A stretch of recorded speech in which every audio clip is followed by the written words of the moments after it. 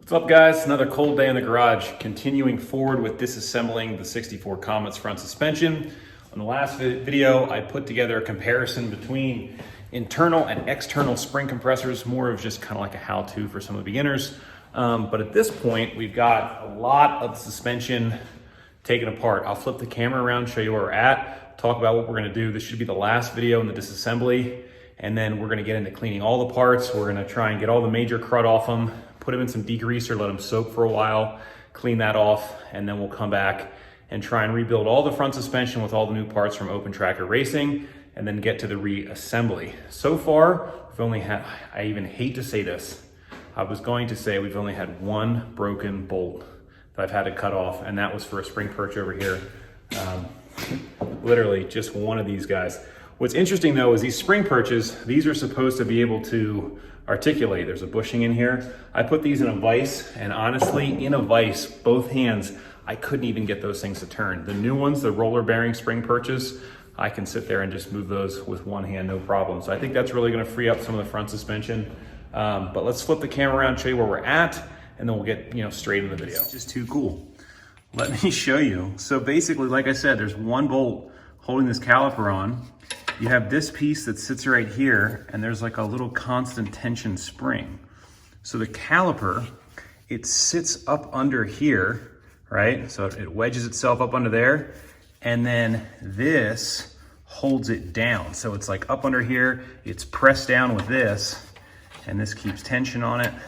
And then you use this bolt right here to make sure that that doesn't come loose. So basically all you do is you undo this with a 1/4 inch Allen, then you take a hammer. I used a hammer and a little punch here, just like this. Undo this and just punch this out.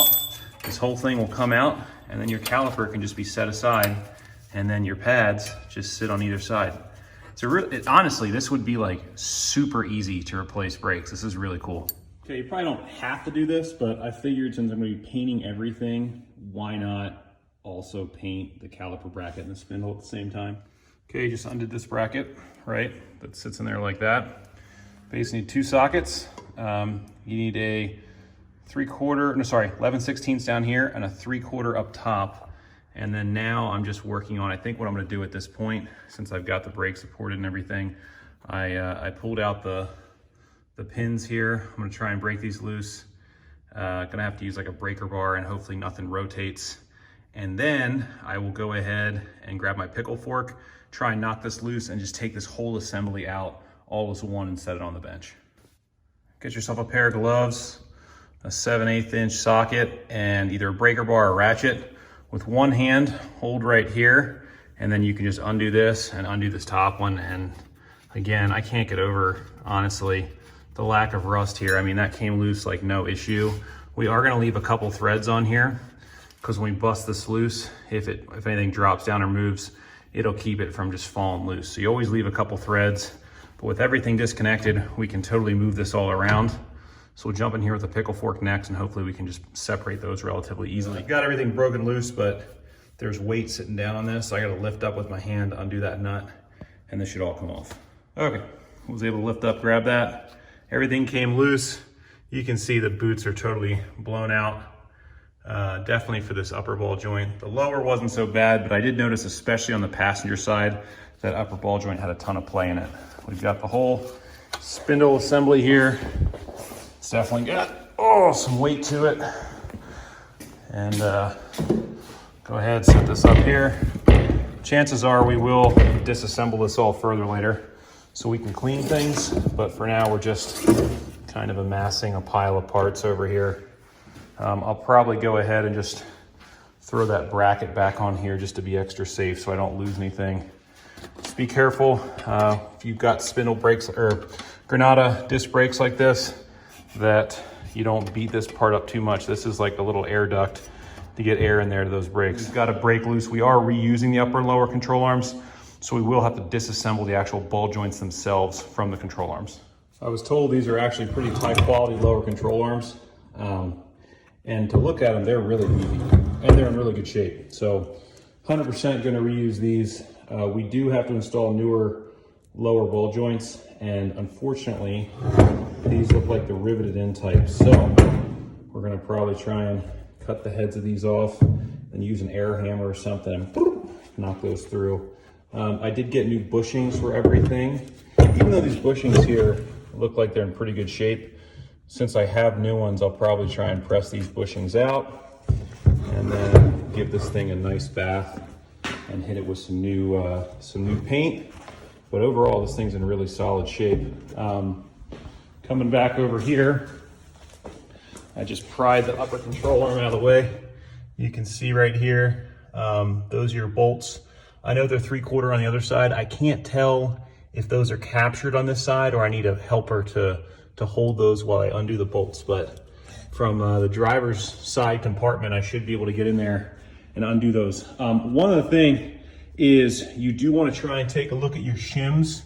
I know it's hard to see, but there are shims in there. Maybe if I slide this down. You still can't see. Well, take my word for it. There are shims to set your alignment, and you probably do want to keep track of those, which ones are on each side, and if nothing else, just put them back in with the same shims. Unless you can talk to somebody who's done this before and they know, and they might be able to tell you, yeah, go ahead and start with these shims. That gives you roughly this alignment, you know, whatever. Okay, back up top. As far as I can tell, these nuts are captured. I got myself a 3/4 inch ratcheting wrench, and I'm just undoing these, and that is what holds the upper control arm on. This other one is going to be a little bit more difficult to get to. It's hard to see, but you probably only get a ratcheting wrench on one, especially if you have long tube headers, because there's not a lot of room in here. So I'll save you the boringness and I'll just pull these out and show you on the table. We pulled out and labeled the shims that set our alignment. So driver's side front was 157 thousandths, rear was 115. So they were spaced out, likely to provide camber, but also sort of at an angle. We are going to attempt to break loose these cross shaft nuts. I've heard that these can be on there really hard. This is an 1.25 inch impact socket. I may try with a breaker bar first, just tap on it and see if it comes loose. Otherwise, we'll try the impact. I honestly don't know. We may have to apply heat to this, and I've heard these can be a pain. Let's see, how well are you on there? The answer is very, okay.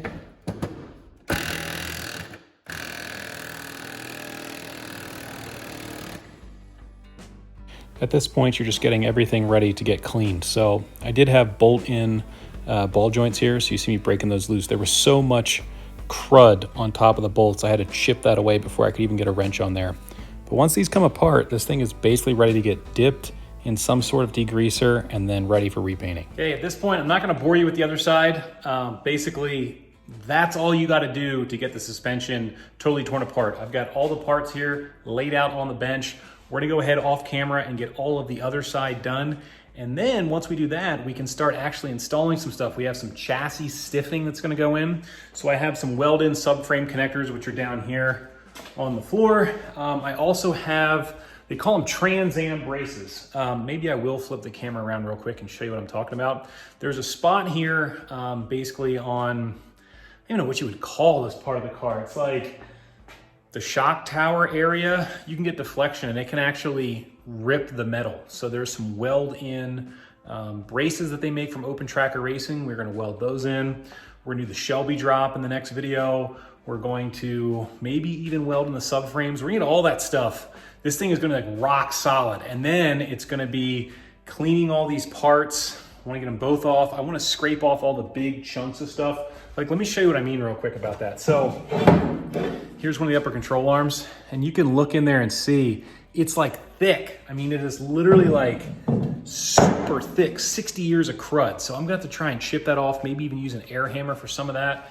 And then we're gonna dunk all that stuff in some sort of really strong degreaser, get it totally cleaned up. We'll paint everything. I really wanna get this back on the road, but I've been sidetracked on my other project, which is that 78 Dodge. So if you haven't seen that, on my channel, I picked up a 78 Dodge Power Wagon. It's yellow with white wheels. It's awesome. Anyways, I've been working on that. Excuse me. So check out some of those videos too. But I do want to have more Comet content. I'm pretty much at the point with that Dodge where it's more or less drivable and I just need to not touch it and then hop back over this so I can get this thing back on the road. Really appreciate you guys watching. We're gonna stop there for the day, and we'll catch you next time and start putting some brand new parts on this Comet. All right, guys, thanks for watching. See you next time on Truck and Roll.